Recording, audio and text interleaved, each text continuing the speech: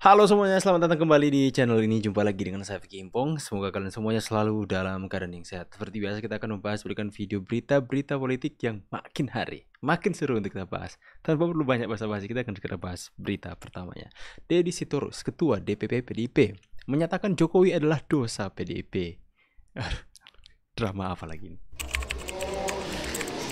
Mas Deddy, boleh dong pernyataannya soal sempat mengakui kehadiran Jokowi sebagai dosa partai itu seperti apa? Begini, bagaimanapun Jokowi itu lahir dari rahim PDI Perjuangan.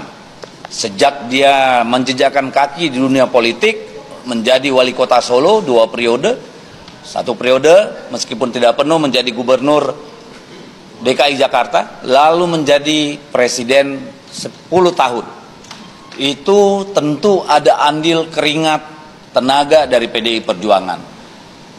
Tetapi kita melihat bahwa setelah 9 tahun menjadi presiden, itu setahun terakhir banyak sekali langkah-langkah politik yang menurut kami di luar etika moral politik yang diperjuangkan oleh PDI Perjuangan.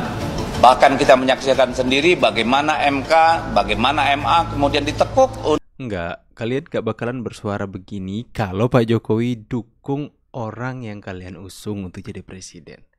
Kalian kan sebencinya kepada Pak Jokowi karena Pak Jokowi seolah-olah gak setuju kalau ibu gak memilih sesuai dengan keputusan bersama, teman-teman ya. Karena kan Pak Jokowi gak memberikan dukungan kepada Pak Ganjar. Itu kan karena kalian benci karena itu, ya. Karena Pak Jokowi nggak mau manut-manut aja kepada petugas partai. Karena seperti itu kan. Makanya kalian bilang Pak Jokowi seperti ini, seperti itu. Dulu saja waktu jadi presiden memiliki kekuasaan, kalian bilang seperti ini, seperti itu. Beda ya teman-teman ya. Ya ketahuan kan kedoknya. Masyarakat bisa menilai kok. Masyarakat bisa memahami apa yang terjadi hari-hari ini. Coba kalau Pak Jokowi bersama dengan kalian, mana ada kalian akan menyerang seperti ini? Nggak bakalan. Sekalipun PDIP kalah ya teman-teman, akan tapi Pak Jokowi mendukung Pak Ganjar. Nggak mungkin mereka serang Pak Jokowi sampai sedemikian rupa seperti hari ini. Live. Presiden Republik Indonesia, Bapak Prabowo Subianto, mungkin otaknya yang pintar, tapi hatinya tidak bisa merasakan bagaimana jika anak-anak pergi sekolah dalam keadaan lapar. Itu kata Pak Prabowo untuk para profesor yang menghalangi program makan gratis. Dan kalian para koruptor dikasih kabar baik sama Pak Prabowo. Jika kalian mengembalikan uang yang kalian curi, uang negara, maka Pak Prabowo kasih ampun. Kalau enggak, gaskan Pak Prabowo, gaskan. Halo, jumpa lagi dengan saya. Kali ini saya akan membahas tentang rekam jejak Dr. Tifa. Dr. Tifa kebongkar. Teman-teman semuanya, ternyata Dr. Tifa mempunyai nama asli yaitu Suprapti Waginosari. Disingkat Tifa. Itulah nama yang sebenarnya untuk Dr. Tifa, yaitu Suprapti Waginosari. Jauh amat. Dr. Tifa memang dari dulu mempunyai sifat yang suka halu, suka menghayal. Itulah rekam jejak dari Dr. Tifa. Sekian. Dari dulu suka menghayal tuh Pak. Dari dulu suka halu tuh Pak. Makanya sampai detik ini dia masih menghayal dan halu soal ijazah palsu Presiden Jokowi. Dari dulu Suprapti. Gue kira Suprapto. Coba kita lihat dulu komentar netizen kalau gitu teman-teman. Suprapti Waginosari. Tifa jauh amat. Tifa jauh amat. Tifa itu awal karirnya jadi OB di sebuah rumah sakit, terus naik pangkat jadi dokter. Walah, Prapti toh. Prapti. Oh, ijazah asli nggak, itu nama aja beda.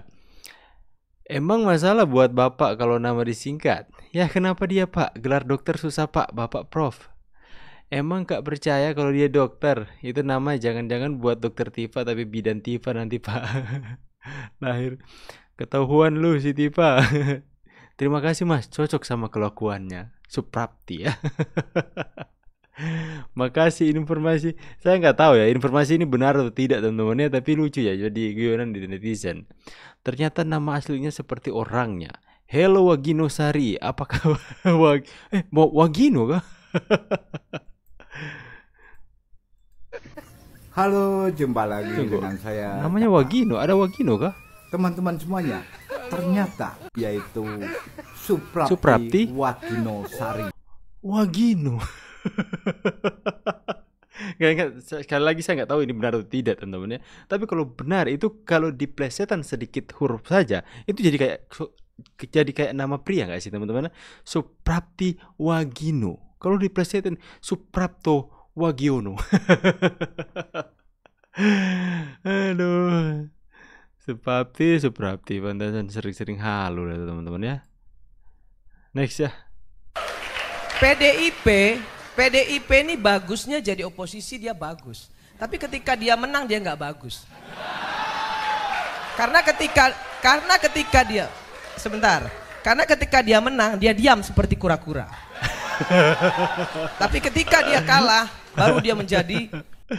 Baik pantasan Pak Hasto banyak netizen yang sebut kura-kura ya. Betul-betul jadi wong cilik.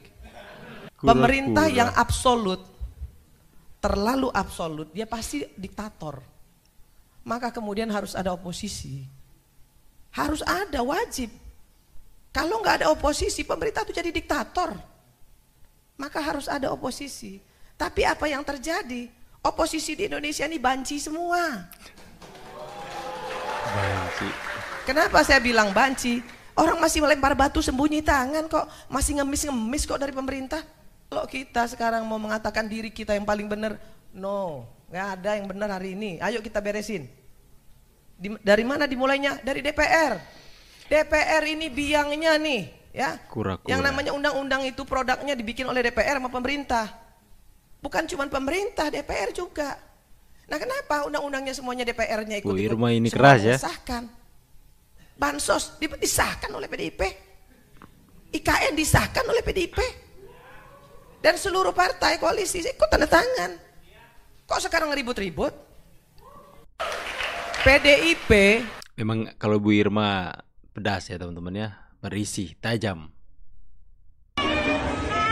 Pak Jokowi makan siang di Sate Haji Bejono.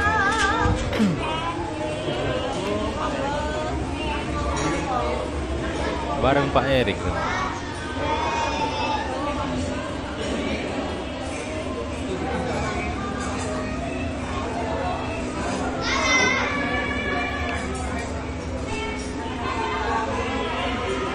Masih tetap, saya juga salut sama Pak Erick Thohir ya teman-teman ya. Masih tetap menjalin hubungan baik dengan Pak Jokowi. Makan sate bejo sama beruang. Es teh manisnya 2. Es teh manisnya 2. 3 apa 2 ini? 2. Jangan sebutin lah. Mantap Ki ya? Mantap. Nanti malam baru nonton bola. Timnas Indonesia 3-1. Selamat makan.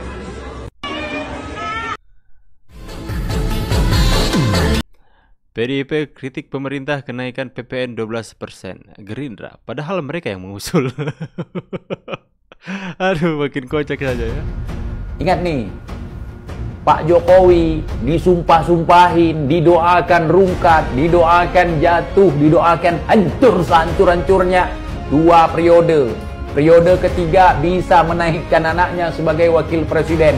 Nanti periode keempat bisa jadi anaknya jadi presiden. Pingsan Rizik, orang iri hati, nggak bisa melihat kelebihan orang lain. Buat propaganda, dia PKI, dia nggak becus, dia orang bodoh. Sebodoh-bodoh dia jadi wakil presiden. Sebodoh-bodoh dia jadi presiden. Dia tukang kayu, bukan tukang halu. Nggak ngaku-ngaku dia anak raja, nggak ngaku-ngaku dia cucu Nabi, cucu orang hebat begini begitu. Dia jadi orang hebat. Itu baru manusia, bukan seperti Rizik. Belum jadi manusia kalau Rizik. Lantas apa dong kalau bukan manusia? Ingat Jik, babi itu adalah hewan yang sangat benar dan sangat cerdas dalam mendidik anak.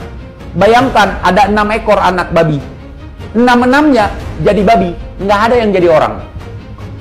Anak orang kayak lu, boro-boro jadi orang malah jadi babi. Saudara. Saudara. Aduh, keras. Aduh. Emang risik dia. Teman-teman, hari ini kita berhadapan dengan sebuah kebijakan yang bisa membuat ngilu sendi kehidupan rakyat. Kenaikan pajak pertambahan nilai atau PPN menjadi 12%. Teman-teman, saya bacakan ya. Dia peduli rakyat, dia miskinkan Jateng 2 periode. Udahlah, aku nggak mau bahas itu lagi ya. Aduh, itulah makanya saya sangat benar-benar menarik sekali nih bahas berita tentang politik, sekalipun kita masih muda teman-teman. Tapi ya membahas berita politik ini lebih seru dari bahas apa ya, sinetron atau apa ya teman-teman. Mendingan kita bahas politik di Indonesia, makin hari makin seru karena di dalamnya sinetron kan ada dramanya. Tapi di dalam politik banyak drama juga teman-teman. Silahkan tulis pendapat tentang kapan kalian di kolom komentar. Saya pamit dulu. See you on the next video and God bless you. Bye guys.